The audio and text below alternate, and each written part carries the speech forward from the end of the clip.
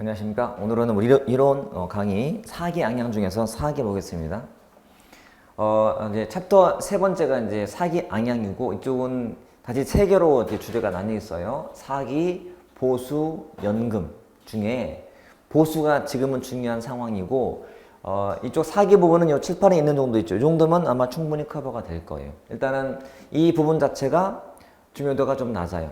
그리고 나온다 하더라도 여기에 써 있는 것 정도만 알면 충분히 풀리게 나와요. 앞에 의나 효용은 별거 없어요. 사기란 뭐 근무 의욕과 같은 말이고, 일종의 동기랑 똑같아요. 사기, 동기 또는 근무 의욕 같은 거 보시면 되고, 효용도 마찬가지. 별거 처음에 나온 적은 없으니까. 사기 결정도 뭐 경제 요인, 사회 심리, 우리가 흔히 이해할 만하죠. 경제적 요인도 사기 결정할 거고, 뭔가 사회 심리도 사기를 결정할 거니까. 내가 뭐 인정을 받는다. 그럼 의욕이 생기잖아요. 그런 말. 성취감 느낄 때 의욕이 생기잖아요. 그런 말. 그러니까 낼 게 없는 거지. 굳이 나온다면 분류 정도, 경제, 사회 심리 정도만 비교하시면 된다. 핵심은 사기 측정법인데요. 넘겨서. 자, 사기 측정하는 방법은 여기 있는 단어를 많이 읽어서 또는 책에 있는 거 많이 읽어서 숙지하셔야 돼요. 왜냐면 사기 측정 방법이 시험에 나왔을 때 책에 있는 거 뭐 태도조사, 뭐 의견조사, 사회측정법, 뭐 투사법, 행동경향법, 생산성 기록, 이직률 조사, 출퇴근 상황, 안전사결 이런 게 별로 그렇게 어려운 단어는 없는데 여기에 다른 게 들어가도 맞게 보여요. 그래서 어려운 거예요. 그래서 우리는 무조건 많이 읽어놓자는 거. 그래서 다른 게 들어가면 지역에서 풀자. 그나마 단독시험은 여기 노란색 나와 있는 요거에 좀 중요하다. 소시오메트리라고 불러요. 소시오메트리.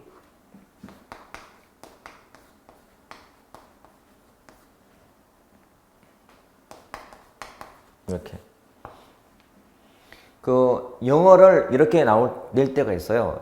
의미는 뭐냐면 직장 내에 누구를 좋아하고 누구를 싫어하는가를 조사하는 거예요. 조사해보게 되면 누가 조직에서의 호감도가 높은지, 누가 비호감도가 높은지가 나와요. 그러면 호감도가 높게 놓은 사람은 사기가 좀 높다라고 할 수가 있겠죠. 왜냐면 직장 안에서 인정받는다는 말과 비슷한 거야. 인정받고 동료들이 되게 좋아해줘요. 그게 직장 가서는 좀 안 느껴질까요? 느껴지겠지. 근데 반대로 비호감도가 높아. 아마 직장 내에서 왕따일지 몰라요. 그럼 그게 못 느낄까? 느껴지겠지. 좀 피하고 말도 안 하고 그럴 거니까. 아, 좀 사기가 낫겠다. 알 수가 있는 거예요. 그래서 이게 고은 이유입니다.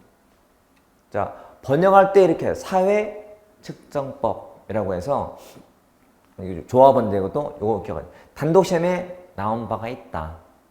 나머지 뭐 내용 봤더니 뭐 투사해 본다거나 투사. 그러니까 알게 모르게 태도를 한번 비추어서 한번 엿보는 거지. 그리고 경향을 물어봐. 행동의 경향을.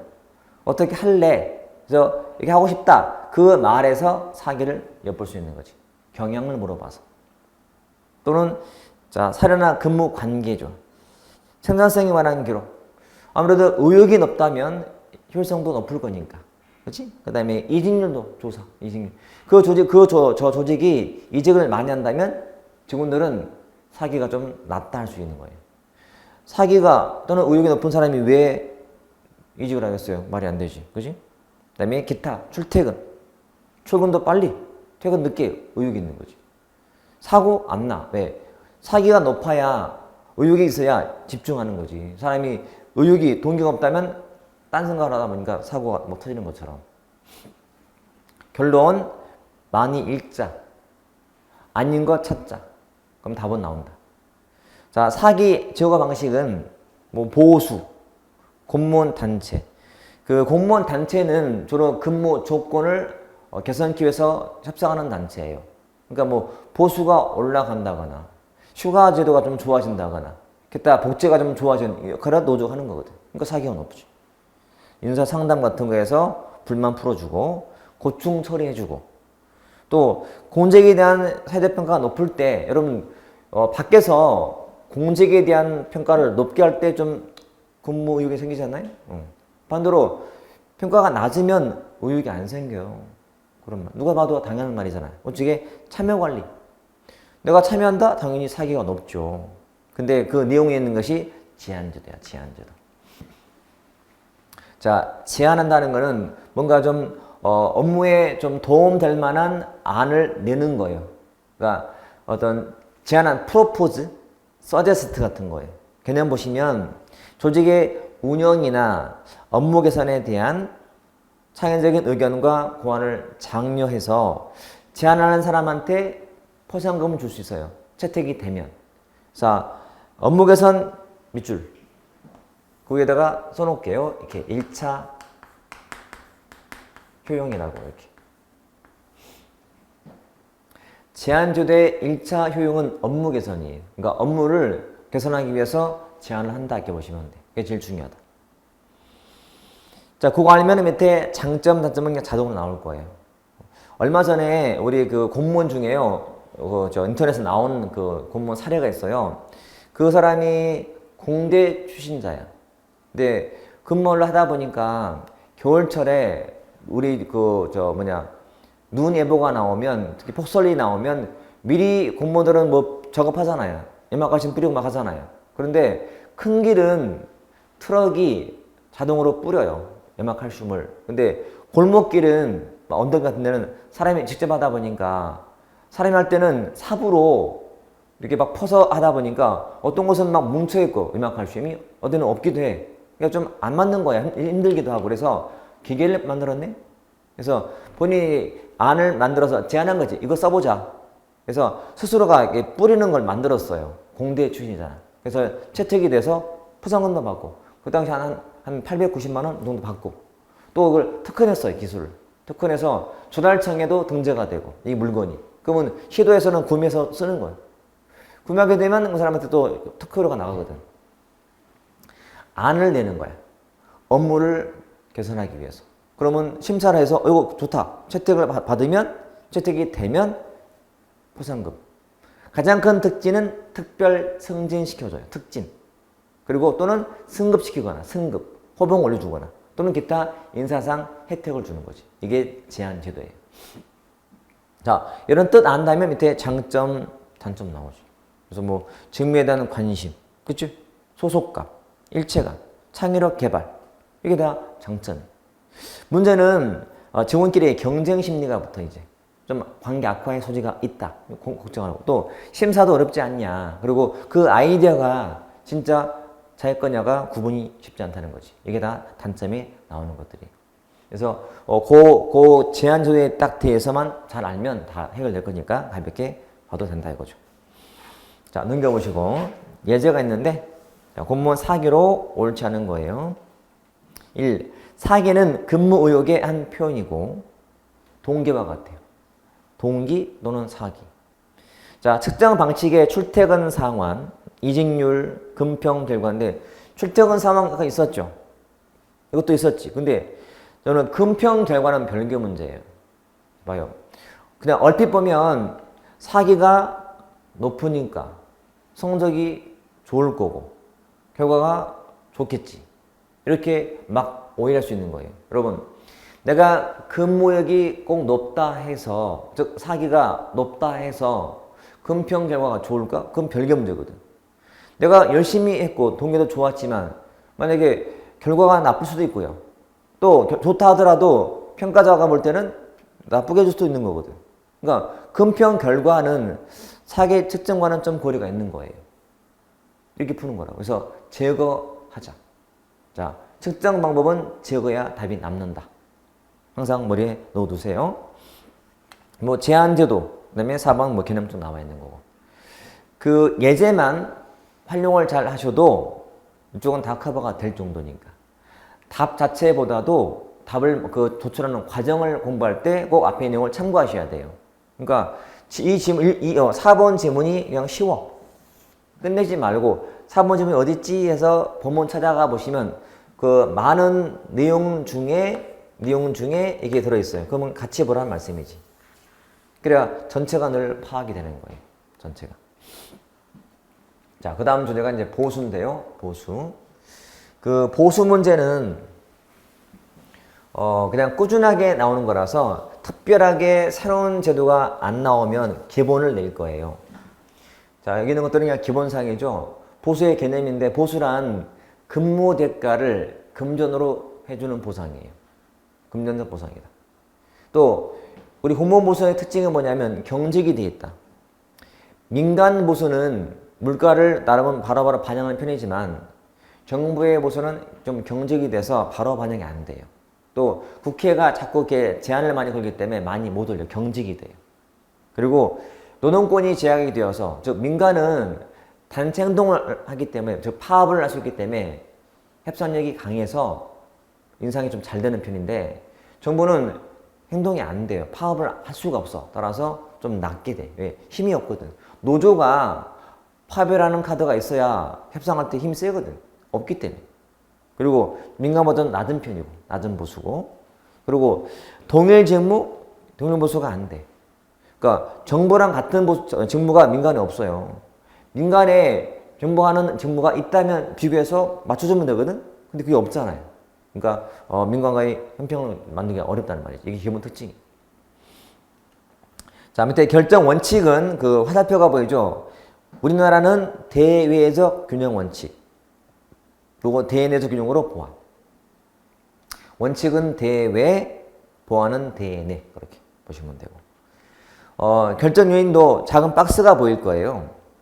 자, 공무원 보수를 결정할 때 그 하늘색 나와 있는 거. 상한선은 정부의 재정력이고 하한선은 생계비예요. 자, 그거 체크할게요. 그러니까 시험에 나오면 박스로 나올 수가 있다. 박스 주고서 상한선 괄호, 하한선 괄호 넣어봐라 한 다음에 상한선은 정부의 재정력, 하한선은 생계비 이렇게 바꾸면 안 되고 그 본문에 뭐 경제 요인, 사회 윤리, 부가적, 정책적 나오고 실제 공무원들은 당장 받는 보수가 작아 보여도 세 번째는 부가적 요인인 휴가, 뭐 병가, 뭐 신분 보장, 연금 이런 게 되게 많아서 당장은 좀 덜 받는 거예요. 그러니까 내가 지금 통장에 찍힌 돈이 좀 작아 보여도 그게 이걸 고려한다면은 작진 않다 그런 말 하고 있는 거지.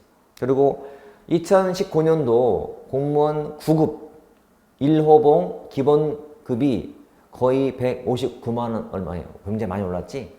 그러니까 기본급인데 뒤에 나오지만 보수하게 되면 기본급하고 이 부가급을 더한 거거든. 수당이라고 하는 거. 근데 기본급이 많이 올랐단 말이에요. 공무원의 보수가 과거보다는 정말 많이 올랐어요. 왜? 그만큼 물가도 올라갔으니까. 민간도 올라갔으니까. 하지만 그냥 금액만 온다면 참 많이 올랐구나는 생각이 들어요, 저는. 제가 알기에 옛날 공무원들 그 보수표를 봐왔지만 정말 크지 않았거든. 근데 의외로 크다. 의외로 크다. 아무튼 자, 종류를 볼 때는 보수하게 되면 가장 몸통이 되는 내용이 보수의 종류예요, 종류. 자, 틀을 잡으세요. 자, 기본급, 부가급. 다시 기본급은 이렇게 또 구분이 돼요. 생활급, 근속급, 직무급, 성과급 등으로. 이 앞에 있는 제목이 설명하는 내용과 다를 수가 없어요. 자, 기본으로 주는 급여의 기준이 생활에 필요한 생활비야, 생활비. 생활비가 기본급여예요. 그래서 가족 수가 많고 뭐 나이가 많아서 생활비가 들면은 그만큼을 기본으로 주는 거예요. 근속급은 연금급인데 오래 근무한 사람한테 기본급을 많이 주는 거예요. 실적 중요한 게 아니야. 오래 근무한 사람이 기본급여를 많이 받아요. 근속 또는 연공급. 직무급은 동일 직무면 동일 보수를 줘요. 자, 직무가 같으면 같은 보수예요. 나이 중요한가요? 안 중요해요. 학력이 중요한가요? 안 중요해요. 성과가 중요한가요? 안 중요해요. 같은 직무면 같은 보수. 오래 근무한 연수가 중요한가요? 아니야. 동일 직무면 동일 보수. 좀 감이 오나요? 아파트에 우리 그 경비소가 있는데 입구에 있는 경비실이 있고 동 앞에는 초소가 있어요. 그죠? 아파트에. 그러면 입구 쪽에 있는 사람들은 좀 일이 많지 않을까? 워낙 많이 왔다 갔다 하니까. 초소는 좀 일이 덜 하겠지. 그러면 초소에 있는 사람들이 ABC가 있어요. ABC 사람이. 만약에 직무급이면 ABC가 받는 기본급이 같아달라. 같지 왜? 동일 직무니까요. 이 사람은 연차가 20년 됐고 이 사람은 10년 됐고 이 사람은 1년 됐다 하더라도 직무급은 똑같이 주는 거야. 왜? 동일 직무니까. 만약에 A가 제일 많이 받으면 그건 연금급이야. 근속급. 오래 근무한 사람이기 때문에. 이런 식으로. 좀 달라진 느낌이? 그러니까 개념을 구분하자는 거지. 이거는 뭐예요? 성과를 보고 줘요. 기본급이. 성과가 좋은 사람이 기본급을 많이 받아요. 성과급. 이거는 직무상 능력을 봐. 능력급이야. 능력, 직능급. 개념을 구분하자. 자, 자격증을 보고 줘. 자격급. 자격이 있으면 그만큼 받는. 그러니까 기본급의 기준이 자격증이야. 자격증. 자격급으로 보시면 책에는 굉장히 많은 내용들, 뭐 장단점, 복잡하게 돼 있지만 가장 기본이 이 분류하는 거거든. 자, 수당인 이 부가급은 따로 시험에 나온 적은 없어요. 그냥 참고하시면 되고 안 봐도 관계는 없어 시험에서는. 대신 여기는 기본급의 종류를 좀 잘 봐놓자. 자, 그 617페이지에 보시면 바로 위에 기출문제가 하나 있죠. 사회복지 문제 풀어볼게요. 공무원 보호수 설명으로 옳지 않은 것은 그랬어요. 직능급이 직무의 난이도, 책임에 따라서 결정되는 보수일까? 자, 직무의 난이도, 책임되는 무슨 급? 직무급이에요. 자, 직능급 뭐라고? 능력에 따른 보수예요. 직능. 절대 말이 헛나가면 안 돼. 이번도 실적이잖아? 성과급이니까. 개인 또는 집단의 실적을 보수화하는 거지. 실적급이니까요. 생활급, 생계비를 주겠다. 연공급, 근속 연수가 중요하다. 제가 뭐 없는 걸 만든 것도 아니고 항상 기본 이 틀이기 때문에 이걸 봐두시면 되겠다. 자, 뒤에 나와 있는 여러 가지 복잡한 책무 내용들은요, 굳이 볼 필요는 없어요, 지금은. 그러니까 이것도, 이게 소위 말하는 이제 본류, 이거는 지류나 파생인데요. 처음 도입될 때가 중요하고 이미 좀 지났어요. 그래서 일단은 본다면 이 성과급의 의미를 나눠서 보는 거지. 정리할 때는. 그래서 이게 연봉제가 있고, 연봉제, 이거는 5급 이상. 그리고, 자, 성과 상여금이 나와요. 성과 상여금. 이거는 6급 이하. 성과 상여금, 5급 이상은 연봉제 종류가 4가지, 3가지죠. 저 기본만 하시면 돼요. 이만큼만. 분명히 딱 봐도 복잡해 보일 거예요. 우측에도 뭐 총액 인건비, 뭐 임금 피크제. 이미 도입된 지 오래되었고 시험선 이미 나왔기 때문에 큰 거 없는데요. 오히려 좀 더 미는 것이 왼쪽에 참고야. 연봉제, 성과 상여금, 예산, 성과금 관련된 법 규정 내용 이렇게.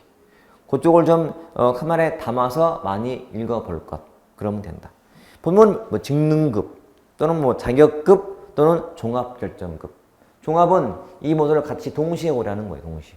별거 없어요. 그렇게 보시면 된다. 넘겨보시면 자 부가급인데 여러분 부가급은 시험 나온 적 없어요? 참고하면 돼. 직무, 수당, 뭐 생활보조 이게 커요 여러분. 공무원들은 기본급보다도 이런 게 많이 생겨요.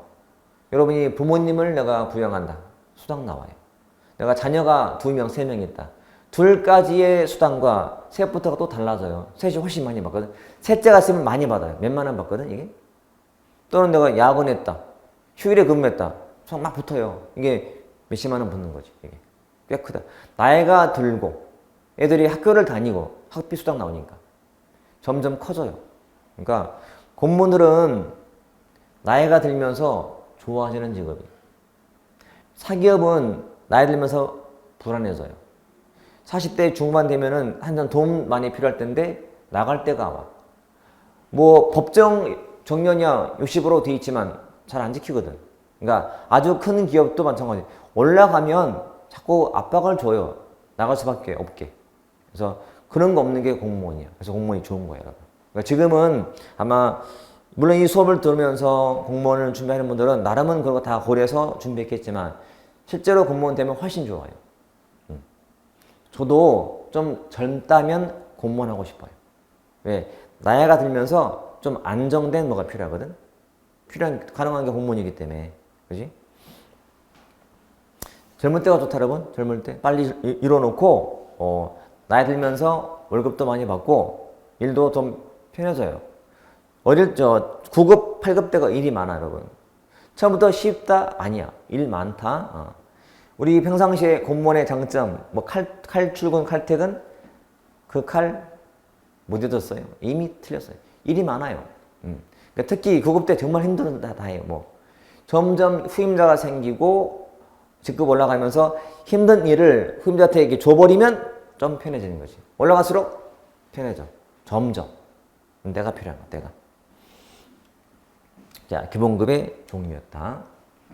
자, 이거는 이제 보수표 만들 때 필요한 용어들인데 결론은 그렇게 큰 의미는 없어요. 결론만. 자, 등급수는 책 같이 보시면 돼요. 계급제하고 직위분류 본다면 더 많은 게 직위분류제다. 이렇게.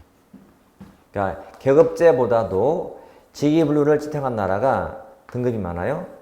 우리나라는 계급제 나라고 미국이 직위분류인데 우리는 계급이 9개 있잖아요. 9등급. 미국은 비해가 있어요. 18개 이렇게. 많다. 등급의 폭.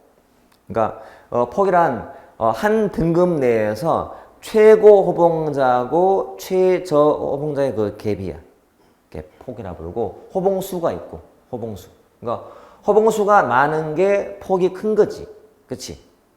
9급의 호봉이 20개다. 호봉이 20개. 그럼 폭이 큰 거지. 최저 최고가 뭐 그런 의미고. 자, 등급의 중첩이라는 것은 보수 받을 때 여러분 8급이 항상 7급보다 보수가 더 작을까요? 적을까요? 아니에요. 8급 중에도 호봉이 높으면 7급과 겹치는 구간이 있어요. 그게 중첩이에요. 그런 뜻이 중첩. 자, 보수의 곡선은 자 J자라고 하는 J자. 이거 뭐냐면 이게 공무원의 직급이고 또는 등급이고 이게 보수라면 이게 J자잖아. J. 뭐냐면 하위 직급에서는 자 9급이 8급으로 승진했다 하더라도 보수의 상승은 아주 미미해요. 근데 위에서는 한 등급만 올라가도 보수 차가 많이 나게 돼. 이게 J자의 뜻이. 그만큼 상위 직급의 직무의 곤란도나 책임도를 반영하기 위해서 보수를 많이 주는 거고 또는 아래 사람들은 승진에 대한 의욕이 생겨 안 생겨? 생기잖아요. 그래서 위가 높다는 뜻이 J자야. J자.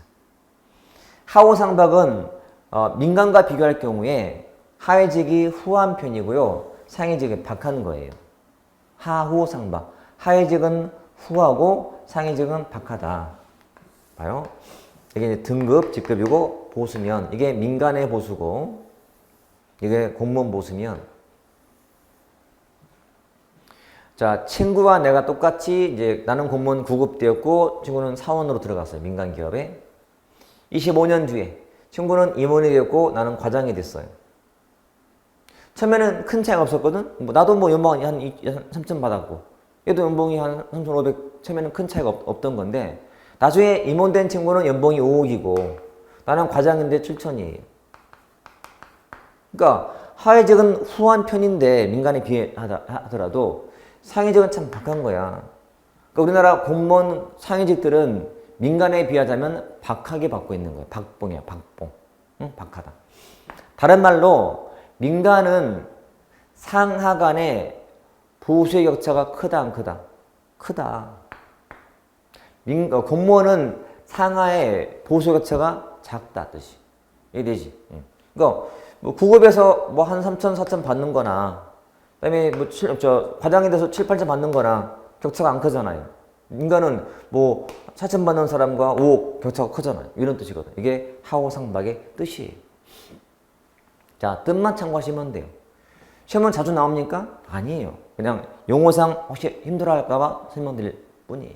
그래서 이 자체가 크게는 안 중요하니까 가볍게 여기 있는 것만이라도만 참 이해를 해놓자.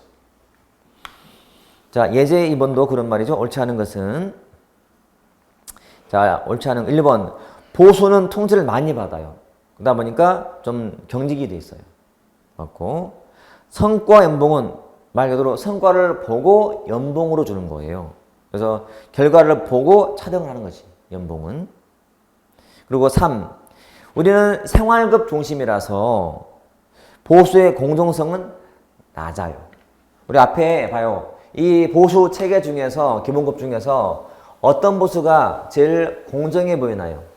공정한 보수는 바로 직무급이에요. 직무급. 동일 직무, 동일 보수가 제일 깔끔한 거예요. 공정, 말이 없어요. 직무가 같으니까. 여러분 상상해 보세요. 내가 하는 직무는 정말 힘도 들고 막 어려운 직무인데 보수를 100을 받아. 이 사람은 되게 쉬운 직무인데 뭐 150 받아. 나이가 많다고. 오래 근무했다고. 누가 봐도 공정하진 않는 거지. 그치? 네. 그럼 이게 공정 아닌가요? 성과급이? 아니지. 왜냐하면 성과는 측정이 어렵거든. 공무원들은. 민간은 쉽지. 왜냐면 민간은 성과나 실적이 보이잖아요. 내가 자동차 파는 사람이야. 많이 파는 사람, 그 성과가 다르기 때문에 공정성 금방 나오지만 정부는 안 되거든. 그러니까 직무급이 공정해. 딱 머리에 딱 박아두세요. 답이지. 자, 4번도 공무원들은 노동 3권 중에서 단체 행동권이 없잖아요. 파업 못하기 때문에 좀 불리해서 보수가 좀 낮게 정해진다. 그런 말이고. 됐죠. 자, 연금. 자, 연금은 말했듯이 이제 조금은 중요도가 떨어진 상태이기 때문에 기본기만 해놓고 법률을 좀 잘 파악하자. 법률. 연금이란 공무원이 노령, 나이 들고 어디 아프거나 다쳐서 퇴직했거나 또는 사망하면 본인이 받거나 유족이 받아요. 그러니까 유족에 대한 보장, 사회보장제도인 거예요. 굉장히 좋은 제도잖아요. 여러분이 사망하더라도 여러분 배우자나 자식이 일정 부분 받아요. 이게 연금이에요. 연금. 사회보장. 자, 밑에 연금 기본법은 공무원 연금법이고요. 연금법. 연금법입니다. 자, 본질은 이만 체크, 거치 보수설. 이게 통설이에요. 연금은 여러 설이 다 일면타당해요. 그동안 공로에 대한 보상 의미가 있고 아니면 생활 보장 의미도 있지만 가장 기본은 뭐냐? 내 보수를 다 안 주고 일정 부분 떼놨다가 준다는 거예요. 거치 보수야. 영어처럼 deferred wage. 그러니까 좀 연기된 임금인 거지. 지금 당장 다 안 줘. 내가 100을 벌었다. 100 다 안 주고 100 중에서 한 10은 빼놔. 뺐다가 퇴직 후에 주는 거지. 이게 임금의 기본 특징이다. 자, 조정 방식은 기금제, 기여제. 결론, 기금제, 기여제. 제가 놀렸잖아요, 여러분. 제가 수업 때요, 늘 하는 게 이거거든? 저는 어떤 수업이나 먼저 딱 임팩트 있게 말한 것이 뭐냐? 기금제, 기여제. 우리나라는 연금이 기금제고 기여제. 이게 근데 시험에 나온 거야, 그저께. 바로. 이게 답이었어. 1번 답. 기금제, 기여제. 답이었어. 자, 기금제란 연금을 주는데 예산이 아니고 기금을 운영해서 주는 거예요. 주의하세요. 책에 연금, 기금, 조정 방식 옆에다가 땡땡 쳐서 공무원, 연금, 기금이라고 써놓을게. 이렇게 써놓고 그 위에다가 또 쓸 것은 뭐냐면 자, 특별회계 X 이렇게.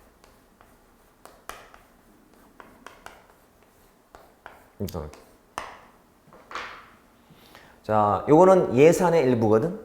자, 기금은 예산이 아니에요, 여러분. 기금은 영어로 펀드인데, 펀드. 자금이고요. 매달 내가 돈 연금 그 비율과 정부가 또 낸 만큼을 모아서 기금을 만들어서 어디에 투자를 해요, 투자. 요 기금을 투자를 한 다음에 투자해서 나온 수익금으로 주는 거예요, 연금을.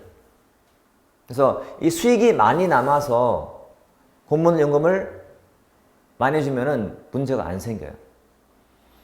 근데 수익이 줄고 받는 사람은 늘잖아요. 그러다 보니까 점점 돈이 부족한 거예요. 그럼 어떻게 해야 돼? 세금으로 줘야 돼. 세금. 일반 공무원들 세금으로 연금을 주니까 욕을 먹는 거예요. 그래서 원래 예상이 되는 상황이기 때문에 미리 법을 개정해서 준비를 해야 됐는데 그때를 놓친 거였어요. 그래서 늦게나마 법을 개정해서 법 개정의 그 기본 방향은 한마디로 불리하다, 공무원한테. 그러니까 더 내고 덜 받게 바뀌는 거예요. 앞으로 또 법 바뀌면 재직할 때 더 많이 내고 받는 건 줄어요. 좀 불리해지는 거지. 예. 그러니까 여러분, 옛날 분들은 내는 거 작았어요.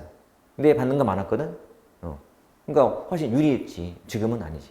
많이 내고 덜 받기. 또 늦게 받기. 나이가 밀렸잖아요. 이렇게. 아무튼 결론은 지금제, 기여제 받으시면 되고. 됐죠? 자, 나머지는 다 이제 법률 문제이기 때문에요. 우측에 종류가 있지만, 종류도, 보통 우리가 많은 그 일반인들이 아는, 이런 마찬가지, 아는 공무원 연금부라면, 장기급여에 일본에 있는 기여기야. 이게 퇴직연금이에요. 자, 공무원이 10년 이상을 재직하고 퇴직했다. 그때 받는 게 퇴직연금이요. 이게 연금이에요, 연금. 그거 받으시고. 자, 과거는 몇 년 근무해야 됐더라? 과거는 20년이었어요. 지금은 10년으로 줄었어요. 줄었다. 자, 보통은 10년 더 하지. 여러분 나이에 공무원 들어가게 되면 지금 나이가 여러분들이 25세? 27세? 그러면 들어가서 거의 35년에서 33 정도 근무한단 말이에요. 늦게 붙어도 3년을 근무한단 말이지. 그러니까 적어도 10년 이상은 채우게 돼요. 그러면 연금을 받을 나이가 있어. 그게 밑에 박스에 65세부터예요. 60세에 퇴직하고 나서 5년간 공백이 있어요. 그리고 5년 뒤에 받는 거니까 이렇게. 여러분 걱정하지 마세요. 여러분 때가 되면 퇴직할 때 이미 퇴직 연령이 65세로 바뀔 거예요. 65세 바뀔 거예요. 그리고 법 개정은 불리하게 못 바뀌어요. 그러니까 개정이 되면 그때부터 적용되는 거예요. 만약에 연금을 주는 나이가 65에서 만약에 68로 바뀌었다 하더라도 이미 믿고 간 사람들한테는 줘야 되거든. 그러니까 이미 법 개정 전에 근무 들어간 사람들은 불이익이 없을 거야 아마. 근데 이 이후에 그 법 개정이 되고 들어간 사람들은 이제 늦게 받겠지. 여러분들은 별로 걱정 없다 이렇게 보시면 돼요. 그래서 넘겨보시면 교재에 626페이지에 나와 있는 그 참고 있잖아요. 법 개정료. 그거를 읽어보시면 돼요. 숙지할 거. 그래서 카메라에 찍어서 시간 될 때마다 자꾸 보고 다니세요. 그리고 그 법 개정의 주된 그 큰 내용은 더 내고 덜 받는다예요. 즉 불리하다예요. 불리하다. 그러니까 오래 내야 돼. 받는 건 줄어. 내가 낼 돈이 더 늘어나. 기여율이 늘어. 받는 건 쭉 줄지라도 이런 식으로. 그래서 아무튼 1부터 11까지의 내용을 많이 읽으시면 돼요. 이게 2016년도 1월부터 시행된 내용인데 벌써 3년 됐잖아요. 그러니까 이미 많이 지난 거예요. 그래서 법이란 개정이 되자마자 엄청났거든. 하지만 지금은 별거 없다. 그래서 우리 책에도 그 왼쪽만 봐도 국가직 7급하고 그다음에 교육 문제가 개정이 되자마자 반영이 되었고 지금은 어렵지 않아요. 읽으면 풀 수 있다. 그래서 그 참고 내용을 보고 나서 그 문제를 풀어보시면 되겠다. 그럼 다 커버된다. 자, 예전 따라 안 볼게요. 예전은 넘겨보시기. 자, 근무 규율인데요.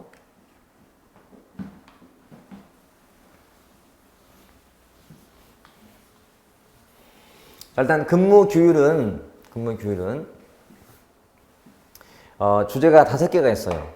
공직 윤리, 공직 부패, 정치적 중립, 그다음에 공무원 단체, 그다음에 공무원의 징계 같은 게 나와요. 앞에 윤리와 그다음에 부패가 좀 중요하고 특히 징계는 더 중요해요. 나머지는 그냥 가볍게 법령 문제이기 때문에 가볍게 보시면 돼요. 자, 윤리는 개념이 있는데 개념은 간단하지. 직무상 마찬가지. 직무상 지켜야 될 규범 이게 공직 윤리예요. 여러분이 공무원이 되면 당연히 지켜야 될 규범이 있겠지. 이게 공직 윤리예요. 윤리고. 자, 이거는 따로 안 봐도 돼. 앞에는 가볍게 그냥 그 의의 일에 있는 개념 정도를 봐두시면 되고요. 핵심은 내용인데, 자, 다시 넘겨보시면 크게 분류하기를 자율과 법 또는 강제로 구분해. 자율적 법이나 또는 강제적. 항상 그러면 법의 의미는 해야 하는 강제가 있는 거예요. 강제력이 강제윤리다 이 보시면 돼. 해놓고 자율은 법이 아니라서 보통 형식이 헌장이나 행동 강령이에요. 자, 공무원 헌장, 공무원의 행동 강령. 그렇게 크게는 안 중요해요. 이게 워낙 중요하니까 법이. 됐죠? 해놓고 자, 가볍게 그냥 있다. 항상 공부할 때 분류는 하셔야 돼. 분류해놓고 내용상은 따로 깊이 볼 게 있으니까. 그럼 이제 법은 다시 나누면 헌법이 있고요. 법률이 있는데 헌법에 있는 의무사항 중에 하나가 충성 의무예요. 자, 교재도 636에 가보시면 거기에 의무가 나오죠. 충성의 의무라고. 자, 추가할 단어가 이거야. 명시 X라고 써놓을게요. 책에 명시 X.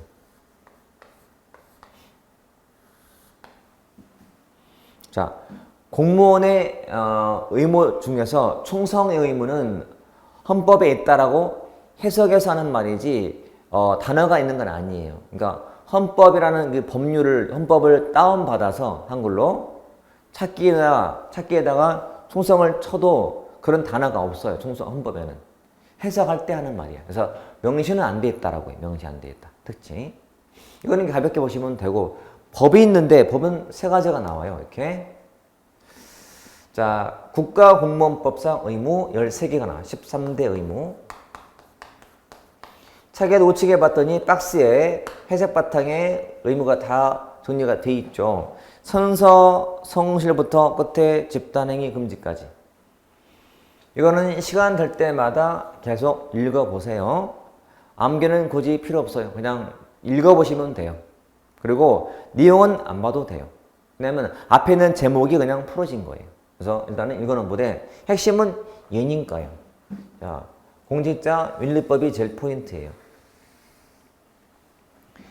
우리가 보는 단원 제목이 공직윤리잖아요. 공직자 윤리법이 핵심이다. 그러면 시험은 이렇게 나오거든? 봐요. 그러면 이게 시험에 안 나오나요? 아니야. 나오긴 나와요. 근데 암기 안 했잖아요. 어떻게 풀어요?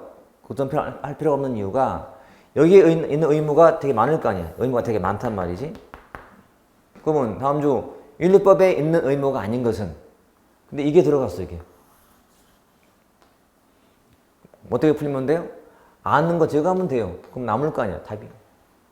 또는 여기 있는 법이 나올 수 있어요. 이것도 제거하면 되거든. 결국은 이 알면 돼요. 이걸 많이 보시면 돼요. 여기는 이렇게 돼 있다. 자, 이해충돌 방지, 재산 등록 공개, 주식은 매각 또는 신탁, 선물 수수 신고 등록, 퇴직자의 취업 제한, 업무 취급 제한 등이 나와요.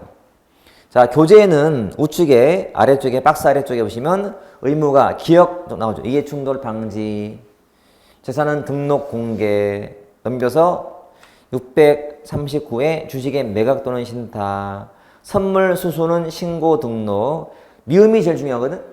미음이? 그러면 지금 우리 책에는 내용이 되게 많았는데 제가 막 넘어가고 있단 말이지. 그럼 이거 시험에 잘 안 나옵니까? 전혀 안 나옵니까? 그건 아니야. 나오지만 굉장히 희박해. 자세한 사항이 나온 적이 거의 없어. 있어도 문제가 굉장히 작아. 그나마 이 중에서 제일 빈출되는 것이 뭐냐? 이거거든, 이거. 이 의무 중에서 취업 제한 의무에서 필요한 숫자가 나와요. 이렇게 5년, 3년이. 퇴직 전 5년간 근무했던 그런 유관 관련 업체에 3년간 취업을 못 하거든. 숫자를 암기하셔야 돼요. 53. 퇴직 전 5, 퇴직 후 3년간 취업 제한. 이게 문제에서 거의 나오는 내용이고, 그나마 좀 지엽적이긴 하지만 나온다면은 요 등록 의무 대상자고 공개 의무가 있는 사람들을 책에 있는 그 법을 익히는 건데 이거는 부차적인 거예요. 자, 일단은 먼저 큰 그림을 그리자. 법률상 의무가 있다. 그 법의 가장 기본 국가공무원법, 공직자 윤리법, 특히 윤리법을 많이 보자. 목차를 많이 읽어보되 대신 취업 전환시킬 때 숫자가 있더라. 숫자를 53 암기했지만 꼭 내용상 기억하셔야 돼. 무슨 말이냐? 공무원은 3년간 취업 제한을 받아요. 3년간. 퇴직 전 5년간 근무했던 업체 등에. 이럴 때 내가 먼저 3년을 먼저 언급했잖아. 틀린 게 아니야. 3년간 제한을 받아요. 제한받는 기간이 3년이야. 3년. 퇴직 전 5년간 근무했던 관련된 기관, 기업들에 해석하자. 무조건 53 안겨놓고 무조건 숫자만 찾지 말고 뜻을 보셔야 돼. 뜻을. 그러니까 지문이 53 나올 수 있고 35가 나올 수가 있어요. 내용상으로 푸는 거예요. 내용상. 이거만 주의하시면 돼. 윤리법은. 자, 됐죠? 그럼 나머지 이해충돌 방지, 주식의 매각 신탁은 한 번도 나온 적이 없습니까? 예, 없어요. 한 번도. 주로 목차가 나오고 희한하게도 얘만 죽도록 나와요. 설령 다른 게 나오더라도 답은 항상 여기 있어요. 숫자. 그래서 제가 강조하는 거예요. 그러니까 대충 해서 아는 것보다도 우리가 하는 것만큼은 정확히 알아야 되거든. 그게 이 숫자예요. 53. 넘겨보시면 나오는 법이 부정청탁금지법인데요. 일종의 청탁금지법인데 이거는 그냥 법은 나와요. 여러분 보면. 왜냐면 나 그럼 부정한 청탁이거든. 그러니까 법을 위반해서 청탁을 하는 거야. 안 돼. 금지. 또 금품 수수하면 안 돼. 금품 받으면 안 돼요. 당연한 거 아닌가? 그러니까 시험은 계속 나왔어요. 나왔는데 읽으면 돼. 대신 작년 같은 경우는 이게 법이면 시행령이 바뀌어서 시행령이 바로 나온 거야. 그러니까 시행령에서는 뭐냐면 금액을 좀 조정했거든. 그게 넘겨보시면 643에 나와 있는 박스예요. 박스. 음식물, 여러분 공무원 근무하면서 내가 근무할 때 접하는 그 민원인들한테 음식물 3만 원 이상 얻어 먹으면 안 돼. 3만 원 이하 먹어야 돼. 그 다음에 경조사비, 조기금 5만 원까지. 단 화환은 10만 원까지. 이게 개정된 내용인 거예요. 그러니까 꽃재배 원에 하는 화해업자를 보호하려고 좀 나름은 해도 10만 원까지 봐준 거예요. 또 선물 받을 때 금액이 얼마예요? 5만 원이에요. 근데 농산물이 포함된 것들은 10만 원이에요. 이렇게 됐죠. 그래서 이게 바뀐 거라서 바로 나온 거였어요. 두 문제가 바로.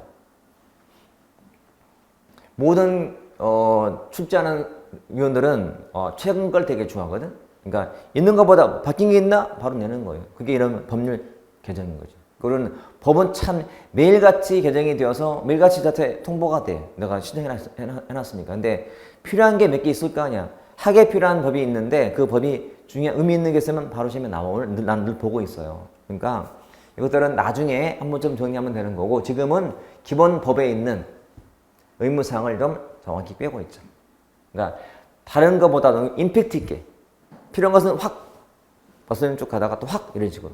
그래서 나머지는 그냥 가볍게 지나가다가 잠깐 또 지나가다가 잠깐 이렇게 이것만 잘 보내면 되는. 자, 넘겨서 예제같이 나와요. 예제. 자, 다음 중 공직자 윤리법 내용이 아닌 것은 그랬잖아요. 이해충돌 방지 있어 없어요? 있네. 여기 있죠. 그다음에 재산 등록 공개 있죠. 영리 업무 겸직은 있어 없어요? 일단 없지. 그다음에 최입자의 취업 제한 있어 없어요? 있지. 그럼 답은 3번이잖아요. 그건 여기 있는 거니까. 이렇게 푸는 거예요. 또는 이 법에 없는 거 묻는다 하더라도 이걸 모른다 하더라도 뭔가 들어갈 거예요. 뭔가가 들어갈 거예요. 뭔가. 그럼 찾아내면 돼요. 결론 윤리법을 공부하자. 그러면 다 풀리게 돼 있다. 자, 부패는 윤리와 부패가 별개가 아니고 여러분 연관돼 있어요. 연관 같이 보셔야 돼. 간단해요, 여러분. 자, 일단은 의의가 있고 두 번째가 오용양대인데 오용은 잘못 이용하는. 자, 행정상 권한을 잘못 이용하는 것들이에요. 목차 보시면 돼. 부정한 행위, 비윤리적 행위, 법규를 경시하거나 의도를 편향되게 해석하거나 불공정 인사라든지 무능, 은폐, 무사한 일 다 오용들. 지금은 좀 잠잠해요. 한때 이게 책에 들어가자마자 무지 나왔거든. 지금은 그냥 가볍게 밖에 안 나오고 또는 안 나오거나 이래. 그 다음에 이제 유형인데요. 자, 유형은 진짜 많아요. 자, 645, 646에 되게 많지만 여기 보시면 이미 다 앞에 제목에 답을 줘요. 봐요. 직무를 유기해. 무슨 말이야? 안 해. 무사 안일. 복지부동. 후원해. 정실 학연 등을 바탕으로 누굴 도와줘. 후원. 형부패. 사기형은 공금을 횡령하거나 유용할 때는 거예요. 공금을 가로채거나 갖다 쓰는 거예요. 사기형. 거래는 주고받는 거잖아. 뇌물을 받고 특혜를 줘요. 자, 이런 단어하고 여기 부패 형태가 매칭이 되면 돼요. 한 번만 정도 갈 때 정독에서 복습하시면 다음에는 전혀 필요가 없는 부분이 답이 다 나오기 때문에. 그 다음에 자, 내부 외부 공무원끼리 하는 거고 외부는 민간과 연관되는 거고. 권력형 생계형 딱 보더라도 뭐가 더 고위직 같아요. 권력형이지. 이거는 하위직 생계형. 좀 작아. 권력형 부표는 되게 커요. 막대한 부와 관계되어 있는 거예요. 권력형. 생계 먹고 살기 위한 건 작아요. 제도가 됐냐 안 됐냐예요. 제도가 됐다는 거는 부패가 이미 만연되어 있는 거예요. 응? 부패가. 직원들 대다수가 급행료를 받는 것을 너무나 당연시해. 정부가 뭐 인가 허가해줄 때 뭘 받는 걸 당연시할 때 당연하게 이거 다 받고 있는 거야. 이게 구조화 돼버린 거예요. 그러니까 공식적인 규범은 원칙이다 예외다. 다시 공식 규범은 예외가 되는 거예요. 안 지키는 게 원칙이 돼버렸어요. 일탈은 우발적인 거야. 이거는 특히 첫 번째는 뭐냐면 봐요. 구성원 모두가 규범을 지켜 안 지켜? 안 지켜. 나만 지켜. 그러니까 오히려 지키는 사람은 보복 대상이야. 우리 흔히 하는 말 닉동국다 이거야. 너만 잘났냐 이거야. 우리는 더럽고 너는 깨끗하다고 이런 상황이 되는 거고 이거는 반대예요. 이거는 일탈, 우발적인 거라서 다 잘 지키는데 나만 안 지킬 때. 대다수의 경찰 공무원들이 업소 담속할 때 가서 제대로 한단 말이야. 근데 나만 오늘 살짝 봐준 거야. 일탈을 했어요. 보통은 잘 지키는데 오늘 내가 잠깐 돈 받고 좀 눈 감아준 거야. 일탈했다라고 해. 제도가 됐고 안 됐고의 차이. 그 다음에 자, 부패의 영향이 너무 커서 어떤 사람은 처벌하자는 거 있고 어떤 사람은 처벌하지 말자가 있다면 흑색은 처벌하자 말자. 처벌하자. 백색은 느낌상 하지 말자. 왜냐면 백색이기 때문에요. 선이야, 선이. 또 내가 무슨 사회에 미치는 피해가 없어요. 오히려 이 거짓말 하는 것이 더 혼란을 막기 위해서 필요한 거예요. 그때는 처벌하지 말자. 회색은 어떤 의미지? 둘이 섞은 거잖아요. 그러니까 일부는 처벌, 일부는 하지 말자. 이런 부패예요. 누가 봐도 흑색, 흑심을 품었어. 처벌해야지. 뭐 뇌물 받았어. 처벌해야지. 그거는 뇌물죄이기 때문에. 그렇지? 백색은 선이야, 선이. 그러니까 어떤 위기가 오고 있는데 정부가 위기를 인정해버리면 혼란이 올까봐 위기 없다라고 거짓말하는 거예요. 선의의 거짓말. 이건 처벌하지 말자. 이런 식. 자, 개인 조직. 부패가 그러면 개인적이면 잘 드러날까 안 드러날까? 아마 드러날 거예요. 개인적이기 때문에. 하지만 조직 모두가 부패에 연루가 되면 잘 안 드러나. 이런 식으로. 자, 다시 한 번만 정확히 알자. 그러면 나머지는 다음에 할 필요가 없다. 이미 용어가 답을 준다. 이렇게 보세요. 좀 전에 사기형 부패가 어떤 거였죠? 사기형 부패? 공금을 횡령하거나 유용할 때. 그러면 질문. 사기형 부패는 거래형이에요? 비거래형이에요? 비거래지. 거래가 없잖아 지금. 또는 사기형 부패는 시민이 개입돼 있다 안 돼 있다? 안 돼 있다. 왜? 혼자 하는 거거든. 근데 거래형은 시민이 개입돼 있다 안 돼 있다? 돼 있겠지. 뇌물을 주는 사람이 있는 거니까. 이렇게. 제 말은 읽으면 나올 거다. 일단에서 기본 형태를 좀 잘 잡아놓자. 자, 부패 접근 방식인데요. 시험은 주로 요 네 가지가 나올 거예요. 거의 이 네 가지야. 나머지는 사실 큰 의미는 없어요. 자, 말 그대로 부패에 대한 접근 방식이야. 한마디로 부패의 원인이 뭔가. 첫 번째, 기능주의 접근. 기능. 이게 힌트야. 기능하다 보니까 생긴다. 즉, 부패는 발전의 부산물로 봐요. 부패를. 그러니까 발전하는 과정에 불가피하게 나온다는 거야. 부산물. 여러분, 우리가 톱질할 때 뭐가 생기지? 부산물로? 톱밥 생겨요. 그러면 톱질을 멈추면 안 생겨요. 그러니까 발전상 생기는 거야. 과정에서. 불가피하게. 기능주의. 두 번째는 도덕적 접근. 부패라는 것이 그 개인의 윤리나 자질 문제라는 거예요. 도덕적인 의식이 없는 사람인 거지. 세 번째는 문화적, 사회문화. 관습과 관행 때문에 나온다는 거야. 부패 원인이. 관습, 관행 어렵지 않잖아요. 우리 선물 관행 있잖아. 관행, 문화 이런 것도 이게 부패화된다는 거예요. 제도는 법의 미비다. 체제는 종합적이다. 다양하더라. 이렇게. 그러니까 개인적인 윤리도 문제고 법도 미비가 되어 있고 관행도 다 복합이 되어서 나온다. 그다음에 정치, 경제 유착이 되거나 이 구조는 의식 구조야. 군부들의 의식이 잘못되어 있는 거야. 관존 민비 또는 공직 사회관 같은. 그러니까 관이 늘 존경을 받아야 되고 국민들은 밑에 있는 그런 의식 구조. 소위 말하는 군림하는 의식 구조. 또는 관직이 개인 것이냐 의식. 그게 문제라는 거예요. 결국은 이것도 그냥 개념만 잘 파악하세요. 나머지가 다 제일 많이 나오는데 제일 답이 그냥 쉬워져요. 도덕, 문화, 제도, 체제 이렇게. 나름은 학자들이 개발한 이론적인 내용들에서 늘 나와. 근데 틀릴 게 있나요? 전혀 없어요. 읽으면 답이 나오게 돼 있다고. 거기에 책에 있는 646과 7에 있는 그 내용들이죠.